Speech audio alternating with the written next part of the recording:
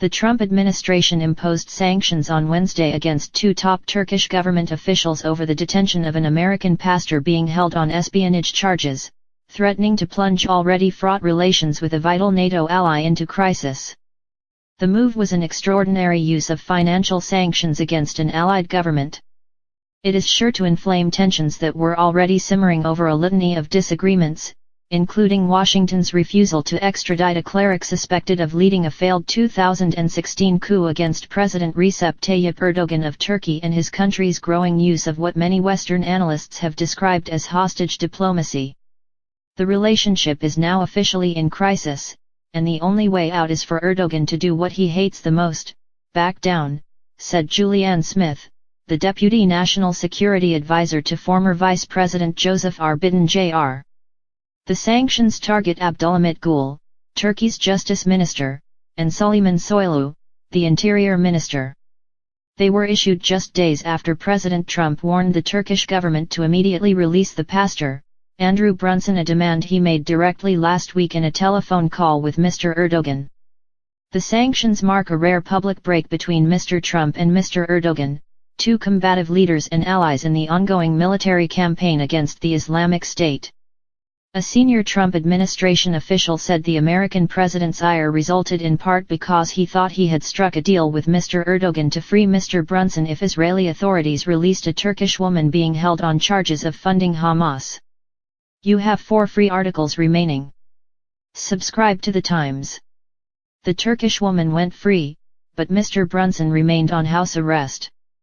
Mr. Erdogan has denied such a deal, and the senior administration official spoke on condition of anonymity.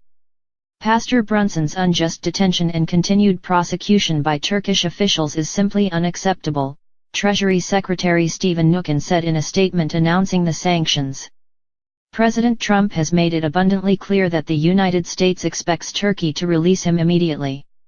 At the White House, Sarah Huckabee Sanders, the press secretary, said that Mr. Gül and Mr. Soylu both played leading roles in the pastor's arrest and detention, and that Mr. Trump had personally ordered the sanctions be imposed. Editor's picks. When she earns more. Annoyed by restaurant playlists, a master musician made his own. Cruises are so uncool they are cool. Mevlut Cavusoglu, the Turkish foreign minister, vowed on Twitter that sanctions against our 2 ministers will not be left unanswered. The Turkish Foreign Ministry also said the sanctions will gravely harm the constructive efforts to solve the issues between our 2 countries. Relations between the United States and Turkey have been bumpy for decades, suffering shocks after Turkey's military intervention in Cyprus in 1974 and its refusal to allow American troops to use bases in Turkish territory in the lead-up to the 2003 Iraq War. More recently, tensions have flared over Mr. Erdogan's growing autocratic tendencies and Turkey's irritation over American support for Kurdish forces in neighboring Syria that Ankara views as part of a terrorist group. Turkish authorities have long predicted that the United States would refrain from punitive measures, in part because Turkey allows American forces to use Incirlik Air Base as a crucial staging ground for the air war against the Islamic State. But as relations with Turkey have worsened, American commanders have been quietly looking for alternatives to Incirlik, including in Romania and Jordan.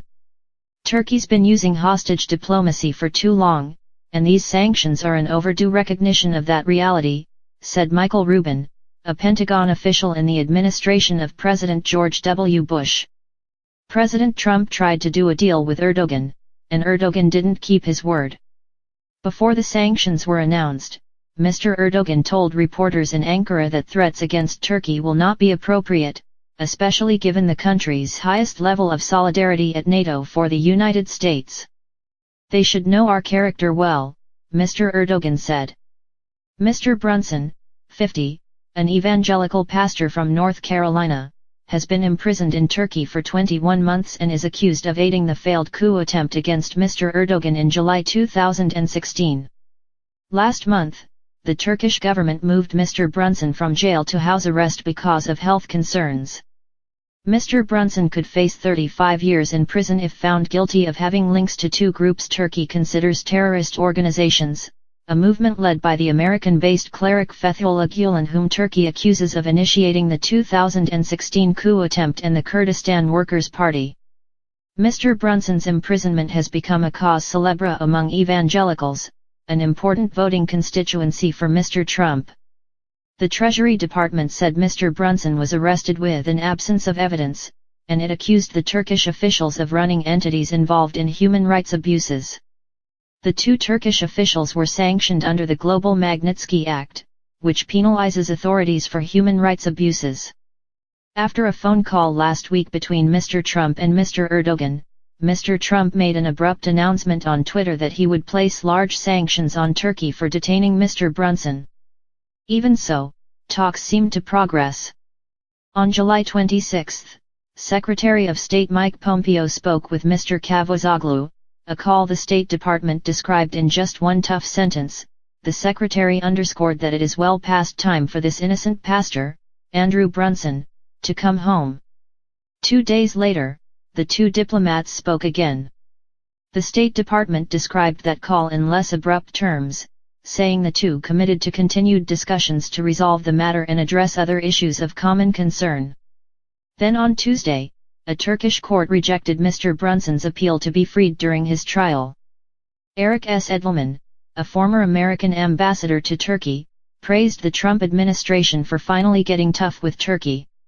He said the United States had new leverage amid the deeply troubled economy in Turkey, where the currency, the lira, recently plunged in value.